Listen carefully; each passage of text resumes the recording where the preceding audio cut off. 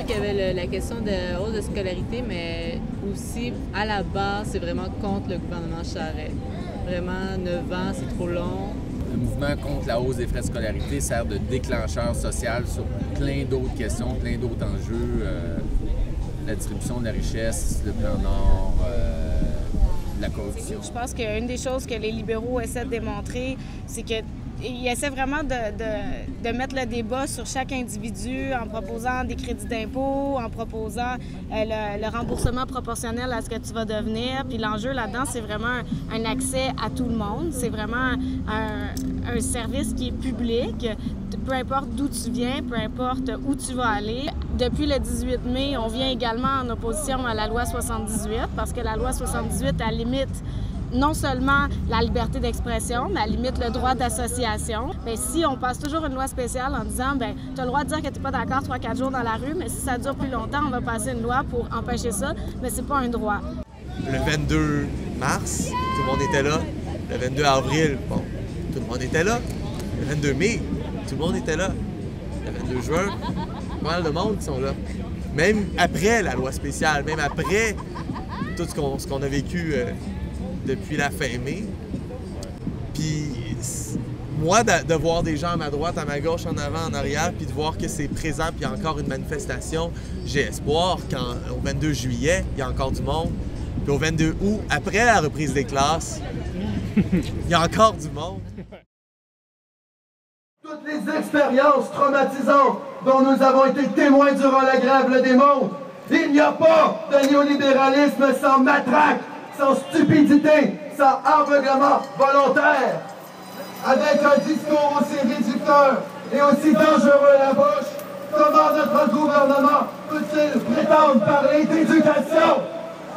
Comment peut-il se dire la gardienne de l'accessibilité aux études? La hausse des frais de scolarité n'est que l'aboutissement des politiques néolibérales en éducation. À notre Premier ministre, qui n'entend que le vocabulaire de la finance, nous lui demandons, par dizaines et centaines de milliers, combien coûteront vos politiques destructrices? Combien vaut l'ignorance d'un peuple? Comme le demandait Marcel Godin en 67, combien ça coûte au peuple l'agriculture?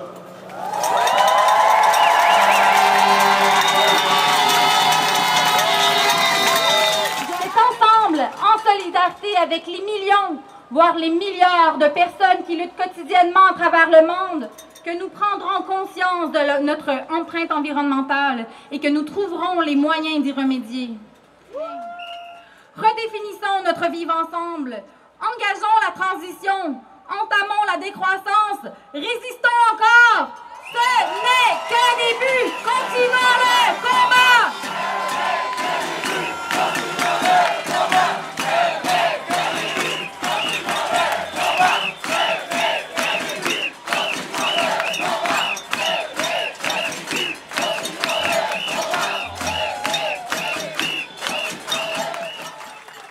La manifestation partira au coin devant la BNQ dans quelques minutes.